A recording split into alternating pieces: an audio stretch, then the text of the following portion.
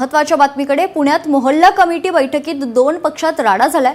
बैठकीत शिवसेनेचे उद्धव कांबळे आणि राष्ट्रवादीचे सुभाष जगताप यांच्यात वादावादी झाली।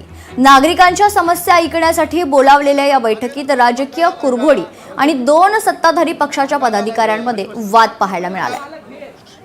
थांबायचं आहे का बाहेर जायचं आहे? थांबायचं आहे का बाहेर जायचं आहे? इथं बस.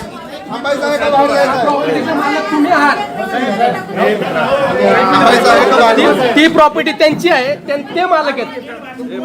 मग तेच सांगतो ना मी, तेच सांगतो। बस दादा बस दादा बस खाली जाऊन दे. खाली बस. मग तुम्ही त्या महिलेला तुम्ही हाला लावताय।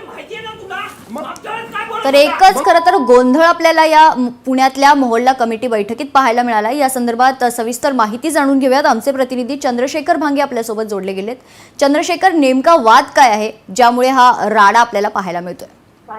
मेघना, खरं तर पुण्यातील धनकवडी क्षेत्रीय कार्यालयामध्ये मोहल्ला कमिटीची बैठक त्या ठिकाणी आयोजित करण्यात आली होती आणि या बैठकी दरम्यान जो आहे तो शिंदे गटाचे कार्यकर्ते आणि शिवसेना राष्ट्रवादी काँग्रेस पक्षाच्या कार्यकर्त्यामध्ये हा सगळा राडा पाहायला मिळाला। सरकारनगर परिसरात एका अवैध धंद्याविषयीची तक्रार होती आणि ही जी जागा आहे ती सुभाष जगताप यांची आहे असा आरोप जो आहे तो शिंदे गटाच्या कार्यकर्त्याकडून केला जात होता आणि याला विरोध आहे ते राष्ट्रवादीचे जे शहर अध्यक्ष आहेत नवनियुक्त सुभाष जगताप हे करत होते आणि या सगळ्या बैठकीमध्ये मोठा राडा जो आपल्याला पाहायला मिळालेला आहे। आपण पाहिलं की महायुती सरकारमध्ये सध्या हे दोन्ही पक्ष सत्तेमध्ये आहेत आणि यांचे कार्यकर्ते आपल्याला या ठिकाणी खाली जो आहे तो राडा करताना दिसत आहेत।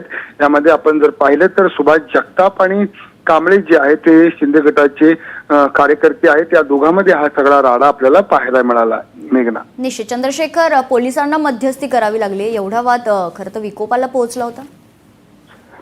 यामध्ये जर आपण पाहिलं तर शिंदे गटाचे कार्यकर्ते आक्रमक होताना दिसत होते आणि पोलीस त्या ठिकाणी वेळेत पोहोचले आणि या कार्यकर्त्यांना आवर घातला।